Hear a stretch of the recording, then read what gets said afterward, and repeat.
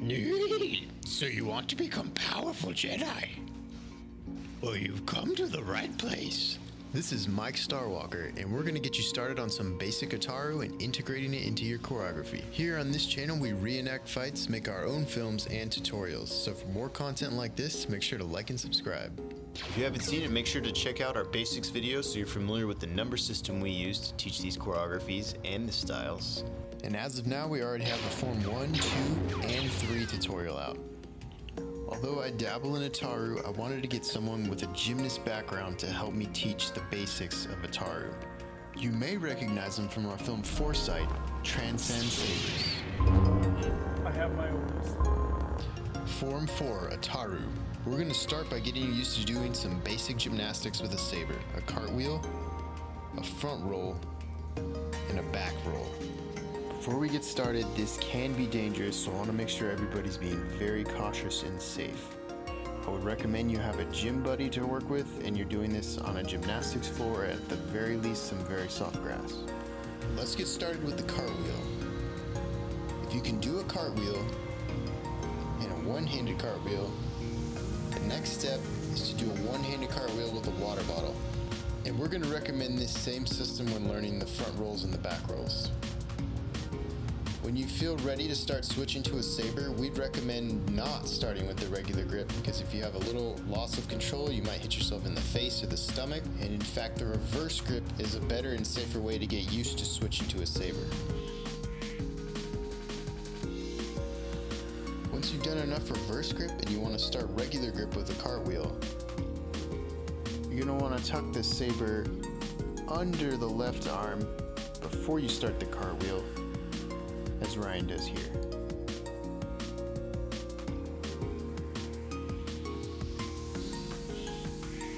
So here's the front roll. So when you start, you're going to have your left hand on top, saber parallel to the ground. Start your roll, put your weight in your left hand, tuck your saber under, and roll over your right shoulder. Here it is again from the back.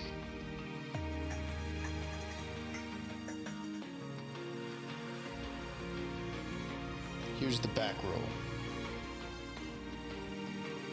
So you're going through all the same channels on this one. Left hand on top, saber parallel to the ground. Tuck your left leg in, roll backwards over your right shoulder, and push with the left hand and transfer your weight to the right leg and push up.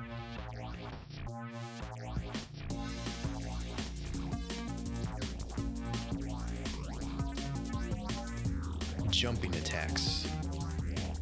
Let's just start with a big jumping 8. So to get your maximum jump out of this, get a running start, and then take a little prep jump to put all that forward momentum into going straight up, swing up for a nice big pullback, and swing down for the 8.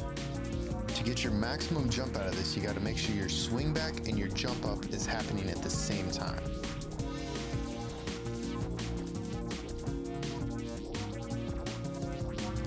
Jumping 9, or what I like to call the Achilles jump, which if you've seen our Hector versus Achilles, Mike Skykiller is awesome with.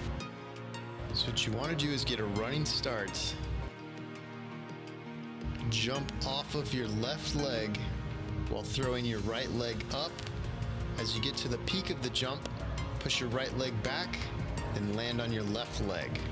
Also, when you get to the peak of the jump, that's when you're going to want to hit the stabbing motion of the 9. As your right leg extends back, your right arm extends forward for the 9.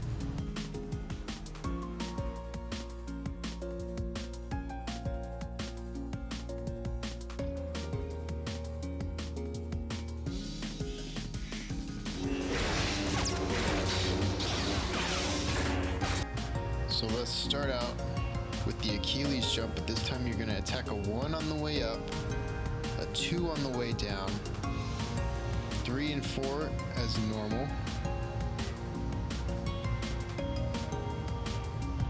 then attack a 1, spin to a 2, 7, jump for the 8, then a big lunging 9.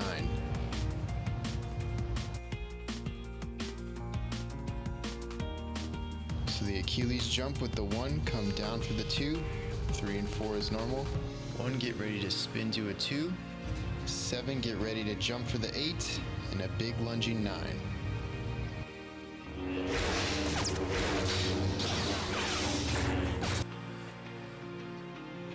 So brace yourself for your partner jumping and swinging at you. Note that these 1 and 2s are coming from a higher position, so they might be a diagonal strike. 3 and 4 as usual. Block the 1 regular. Block the 2 inverted. 7 inverted. 8 inverted. And then parry the 9. I'm recommending the 7 and 8 to be inverted because your partner is jumping on that 8 and it's just a little bit safer that it's not directly in front of you. Once you get used to your partner's timing and power, then you can play with how you want to parry and block their hits. One more time at half speed for the flow. Be ready for 1 and 2 being diagonal. 3 and 4 as usual. 1 regular, 2 inverted. 7 and 8 inverted. Then parry the 9.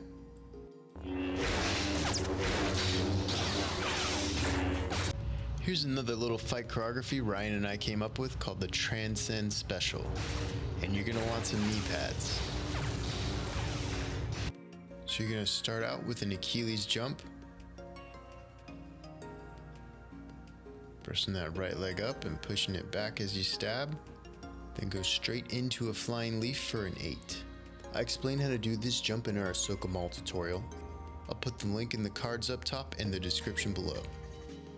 Moving on from this 8, you're going to do a half spin to the left, kneel on your left knee, attack a 4, spin the rest of the way, attack a 5, then get up as you're attacking a 4,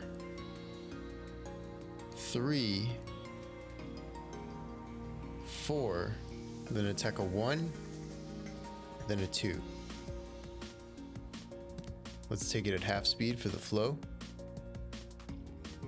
Start with that Achilles 9, flying leaf to an 8, attack a 4, spin on your knee to a 5, attack 4, 3, 4, 1, 2.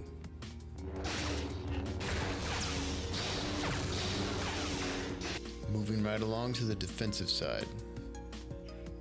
So brace yourself for your partner's jumping 9, parry it to the right, invert 8, block this flying leaf, defend a 4, invert block the 5, block a 4, block a 3, block a 4, block a 1 inverted, then block a 2. Let's take it up to half speed for the flow. Parry this 9, invert block the 8, block a 4, invert block the 5, 4, 3, 4, invert block the 1, regular block the 2. Thanks for watching, guys, and if you enjoyed this tutorial and found it helpful, make sure to like and subscribe. Here's the deal on this one, guys. If we can get this video to 1,500 likes, we'll move on to Form 5, which is our specialty.